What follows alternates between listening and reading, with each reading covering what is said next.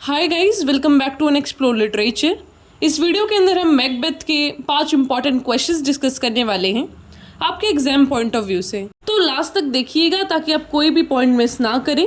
And also subscribe the channel, like the video and share it with your friends. और आप comment करके भी बता सकते हैं कि आपको कौन से नॉवल या फिर टॉपिक के लिए एक्स्ट्रा क्वेश्चंस या फिर इंपॉर्टेंट क्वेश्चंस चाहिए। Alright, so without wasting much of your time, let's start the video. हमारा सबसे पहला क्वेश्चन है, Essentially, the play Macbeth is about power, its use and abuse discuss। कि जो प्ले है हमारा मैकबेथ, उसमें पावर प्ले का बहुत रोल दिखाया गया है। क्या उसका यूज़ किया गया है, क्या अब्यूज़ किया गया है, वो आपको डिस्कस करना है। तो इस क्वेश्चन को आपको कैसे लेके चलना है, सबसे पहले आपको बताना है कि मैकबेथ एक बहुत ही टैलेंटेड और पावरफुल आदमी था। फिर जब वो डंकन का मर्डर करके किंग बना तो उसने अपने पावर का कैसे यूज़ किया, फिर कैसे वो एक बिल्कुल ही टायरेंट क्रूअल सा रूलर बन गया। उसके बाद लेडी मैकबेथ की पावर का भी हमें बताना है कि कैसे उसने भी हेल्प किया था मैकबेथ का इस सारे करप्ट जो चीज़ें हैं वो करने में। तो आपको सारी चीज़ों को लेके चलना है। यहाँ पे सिर्फ मैकबेथ के बारे में नहीं बताना, हर एक आदमी की पावर थी जो उसने कैसे यूज़ किया, कैसे उसका मिसयूज़ किया, सारी चीज़ों को आपको ओवरऑल बताना है यहाँ पे। फिर आता है second question. While there are redeeming features in the character of Macbeth, Lady Macbeth is portrayed as a ruthless opportunist whose ambition for her husband supersedes all moral considerations discuss। कि जो lady Macbeth है उसका क्या role था पूरे इस जो corrupt सा गेम चला वहाँ पे उसके अंदर। तो इसमें सबसे पहले आपको उसकी कॉन्वर्सेशन के बारे में बताना है कि क्या तरीका था उसका डायलॉग करने का, कि उसके डायलॉग्स कैसे यूज़ किए गए यहाँ पे। फिर उसके बाद आपको बताना है कि कैसे लेडी मैकबेथ ने इन्फ्लुएंस किया मैकबेथ को to murder Duncan and to hold the power. उसके बाद आपको बताना है कि जो लेडी मैकबेथ थी ना, वो बिल्कुल ही फेमिनिन तरीक़ों से अलग थी। जो हम एक कन्वेंशनल तरीका लेते हैं फेमिनिन सेल्फ का, कि भाई जो औरतें होती हैं वो बहुत ही काइंड होती हैं, इमोशनल होती हैं, सॉफ्ट हार्टेड होती हैं। वहीं हमारी लेडी मैकबेथ थी जिसके अंदर ये सारी क्वालिटीज़ नहीं थी और वो बिल्कुल एक मस्कुलिन जो ट्रेट्स हैं वो शो कर रही थी। फिर आपको बताना है कि कैसे जो लेडी मैकबेथ थी वो पावर के लिए ब्लाइंड थी। फिर आपको वो विचेस वाला भी कॉन्टेक्स्ट दे देना है कि लेडीज़ को ऐसे प्रेजेंट किया गया है, विमेन का ये रोल रहा है। तो वो जो एक विमेन का एस्पेक्ट है यहाँ पे, फेमिनिज्म के बारे में आपको ज़्यादा बताना है कि कैसे यहाँ पे जो फेमिनिन और ट्रेट्स हैं उनको बिल्कुल अपोजिट करके दिखाया गया कि औरत है जो इन फेमिनिन ट्रेट्स से हटेगी, that particular is not a human. ठीक है, फिर वो एक वो विचेस वाली कैटेगरी में आ जाती है। तो वो चीज़ आपको लेडी मैकबेथ के रेफरेंस में बतानी है। फिर क्वेश्चन नंबर 3 है, is Macbeth a tragic hero, या फिर discuss the character of Macbeth as a tragic hero. ये बहुत ज़्यादा इंपॉर्टेंट कॉन्सेप्ट और क्वेश्चन है।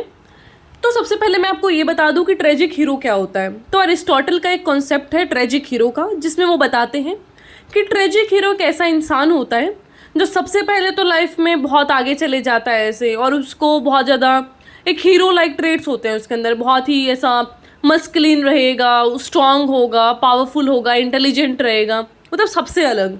सबसे पहले तो उसका बहुत अच्छा फ्यूचर जाता है, लेकिन एक ही दम जब वो सारी चीज़ें अचीव कर लेता है तो कुछ उसकी किस्मत ऐसे पलटी मारती है। वो उसका कोई फॉल्ट नहीं होता उसके अंदर, उसकी किस्मत का सारा फॉल्ट रहता है, और फिर वो सारा उसका जो डाउनफॉल है वो होना शुरू हो जाता है।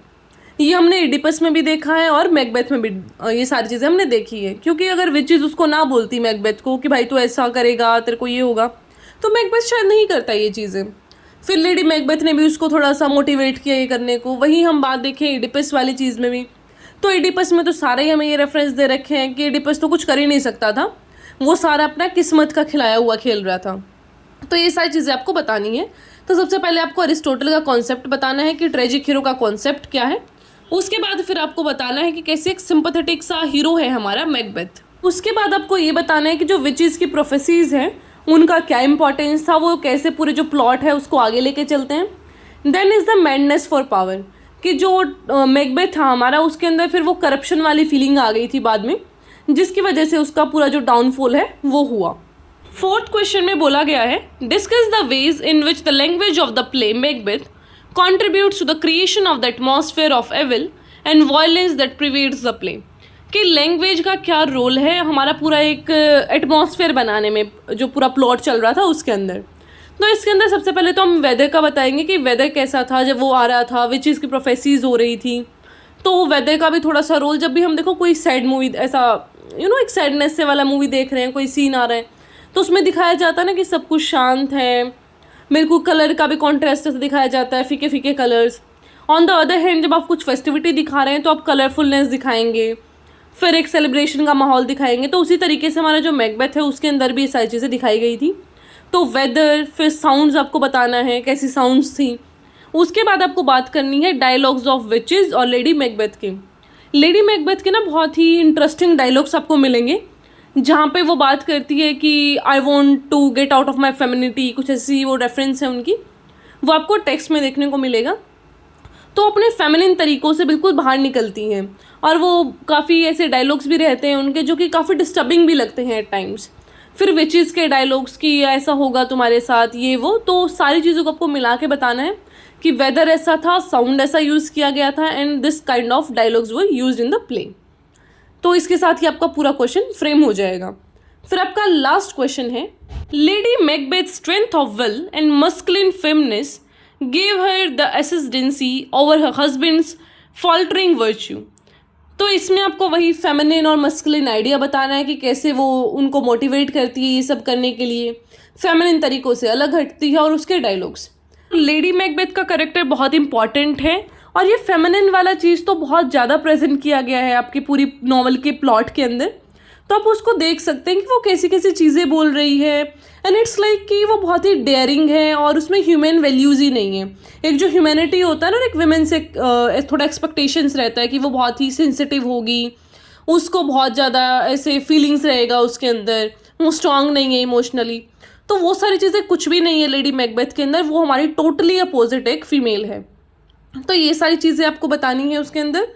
और थोड़ा सा अगर आपने टेक्स्ट पढ़ा होगा तो ज़्यादा आपको आइडिया रहेगा, बट अगर आप वैसे भी स्टार्टिंग के कुछ चैप्टर्स पढ़ेंगे तो भी आप लिख सकते हैं इस आंसर को। तो try to read some chapters ताकि आप इस आंसर को अच्छे से फ्रेम कर सकें, है ना, एक प्रॉपर जो मॉडल रहता है आंसर का।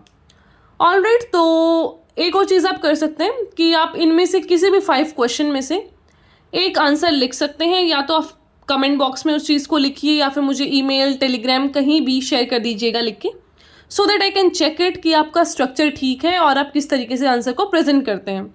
इससे आपका आंसर राइटिंग प्रैक्टिस हो जाएगा।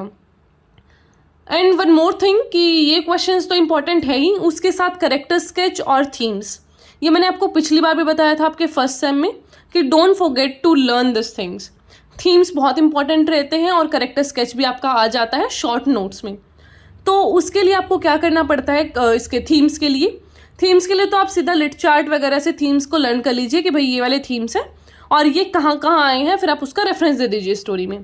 करेक्टर्स के लिए आपको करेक्टर का रेफरेंस देना होता है कि ये आदमी का रोल ये था स्टोरी के अंदर, सबसे वो लिंक कैसे था और फिर क्या क्या उसके साथ हुआ। तो उस आदमी के रिवॉल्व करके ये आपको सारी स्टोरी बतानी होती है।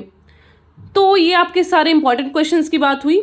आई will meet you in the next video. Till then take care, stay happy, stay healthy and don't forget to do this answer writing thing. वो आपको बहुत ही बेनिफिशियल होगा आपके एग्जाम के लिए। All right, and you can also comment the topics जिसके लिए आपको नेक्स्ट वीडियो चाहिए।